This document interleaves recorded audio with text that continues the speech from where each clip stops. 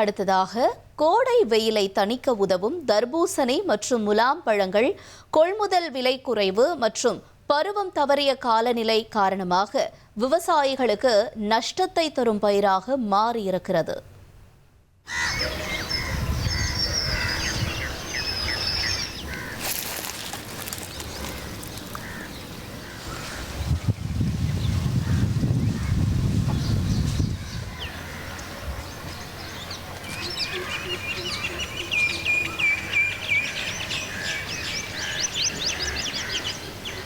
ஈரோடு மாவட்டம் அந்தியூர் மற்றும் அதன் சுற்றுவட்டார பகுதிகளில் உள்ள மேற்கு தொடர்ச்சி மலை அடிவார பகுதிகளான வெள்ளித்திருப்பூர், குருவரெட்டியூர், சென்னம்பட்டி, கொமராயனூர், ஊமாரெட்டியூர், நெருஞ்சிப்பேட்டை, சனிசந்தை, ஜரத்தல், எண்ணமங்கலம், கோவிலூர், புதுக்காடு, ஆலம்பாளையம் உள்ளிட்ட பகுதிகளில் சுமார் 500 ஏக்கர் அளவிற்கு தர்பூசணி மற்றும் முலாம்பழ சாகுபடி நடைபெறுகிறது.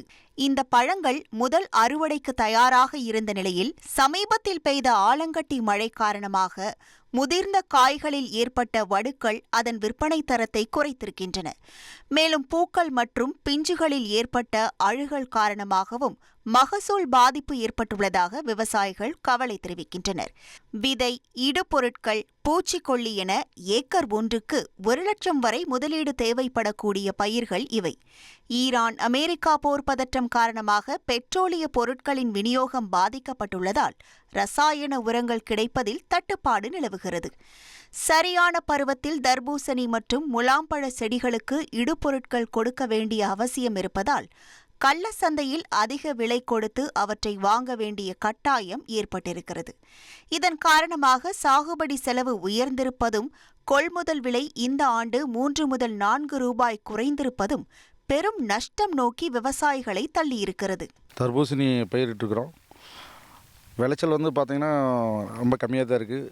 இதெல்லாம் கிளைமேட் ஒத்து வராதனால செடி எதுவும் ஓட மாட்டேங்குது, ரொம்ப கம்மியாக தான் இருக்குது. முட்டோலி பார்த்திங்கன்னா ஒரு லட்ச ரூபாய்க்கு மேலே ஆகுது. உரங்கள் விலையெல்லாம் ரொம்ப தாறுமாறாக ஏறி போச்சு. இன்றைக்கி மார்க்கெட்டு பார்த்திங்கன்னா காய் விற்கிறது ரொம்ப கம்மியான ரேட்டு 8 ரூபா 9 ரூபா இந்த கண்டிஷன் விற்கிது. அதனால் ஒன்றும் லாபம் இல்லை, ரொம்ப நஷ்டத்தில் தான் இயங்குது. பயிரிட்டுட்டு முழுமையாக நம்ம அந்த வருமானத்தை எடுக்க முடியல. அதனால் பெருத்த நஷ்டம் ஏற்படுது. இது அரசாங்கம் ஏதாவது எங்களுக்கு ஒரு சலுகைகள் பண்ணிச்சுன்னா ரொம்ப நல்லாயிருக்கும்.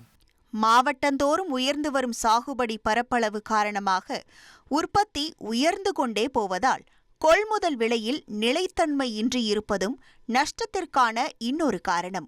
இதை ஒழுங்குபடுத்த வேண்டிய வருவாய்த்துறை மற்றும் வேளாண் துறை இதற்கான எந்த முன்னெடுப்புகளையும் செய்வதில்லை என குற்றச்சாட்டை முன்வைக்கின்றனர் விவசாயிகள்.